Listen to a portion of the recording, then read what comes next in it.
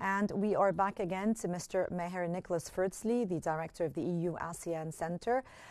We were disconnected, sir. Let me continue and ask you my third question, which is, given that the cost of the asylum system reached £5.4 billion last year, how much of this cost do you think is directly attributable to the hotel policy versus other parts of the system, such as maybe processing backlogs and legal fees? It's a big mess. So the cost structure is highly inefficient, probably the most inefficient in Europe, if not the world. Part of it is attributable to the mismanagement of hotel rooms. We talked about these billionaires, really, who made a fortune in the past 9-10 years, simply buying blocks of hotel rooms wholesale from Hilton, Sheraton, Holiday Inn, and reselling them with a 100 or 200% profit margin to the government of Britain.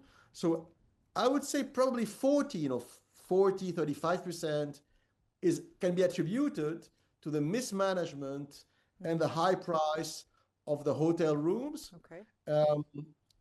The rest is really bureaucratic mismanagement, but I think there's a bigger issue here. The notion of family reunion, right?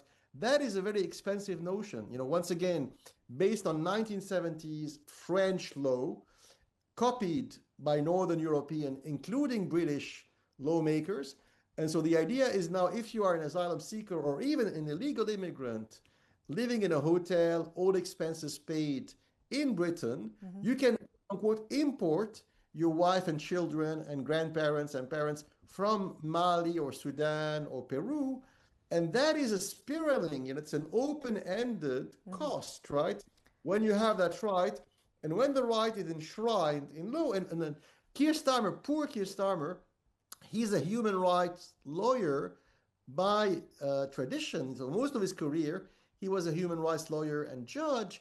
So he was a believer in that notion of family reunion for poor, disenfranchised immigrant. And now he has, as a prime minister, to completely backpedal and do the opposite of what he preached for the previous 20 years. Mr. Ferdsley, what is the fiscal and economic argument, do you think, for or against spending the £170 per night per asylum seeker, considering both direct costs and the social or economic impact of not providing this accommodation? So here, in economics and finance, it's all about arbitrage, right? So what if we do this? Yes. What if we don't do that? Yeah. And so here there's an arbitrage because of the pressure from, the elephant in the room, right? The public opinion. Nigel Farage, his party, was a small right-wing populist party. And now, according to the latest opinion poll, that right-wing party called Reform UK, 35-40% of British voters, including working class British voters, are tempted to vote for Nigel Farage. So this is the main arbitrage, right? This is why the government is panicking, because there is a 50 billion hole in the UK budget. And so they need, between now and the end of the year, to find, to plug the hole. How do you plug the 50 billion pounds hole? You either raise taxes one way or another, or you decrease social benefits.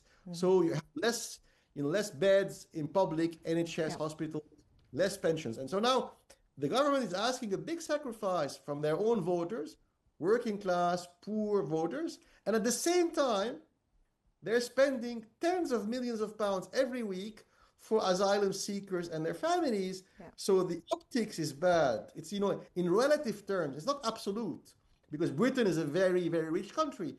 So the problem, the fiscal, economic problem, is not in absolute terms, it's in relative terms. Because at the moment where you want to spend more money on asylum seekers and their families, you're asking the UK working class to make a lot of sacrifices. And when they go to school, when they go to the public NHS hospitals, there is a queue. Why is there a queue? In part because there are foreigners, blah, blah, blah, waiting in line. So all that put together is putting pressure on the government. Yes. With the UK long-term borrowing costs at their highest since 1998, what do you think specific actions or policies is the government, you think, considering to restore investor confidence and demonstrate fiscal control? So here, it's not only their fault, it's partly their fault because they have been in power for 13 months, a little more than a year. So they're paying a high price for the mistakes they made in the past 13 months. But also, it's because of the previous conservative governments who left a very mediocre or bad situation 13 months ago when Labour came to power. So it's, compounding the mistakes of the others. They made mistakes of their own, right?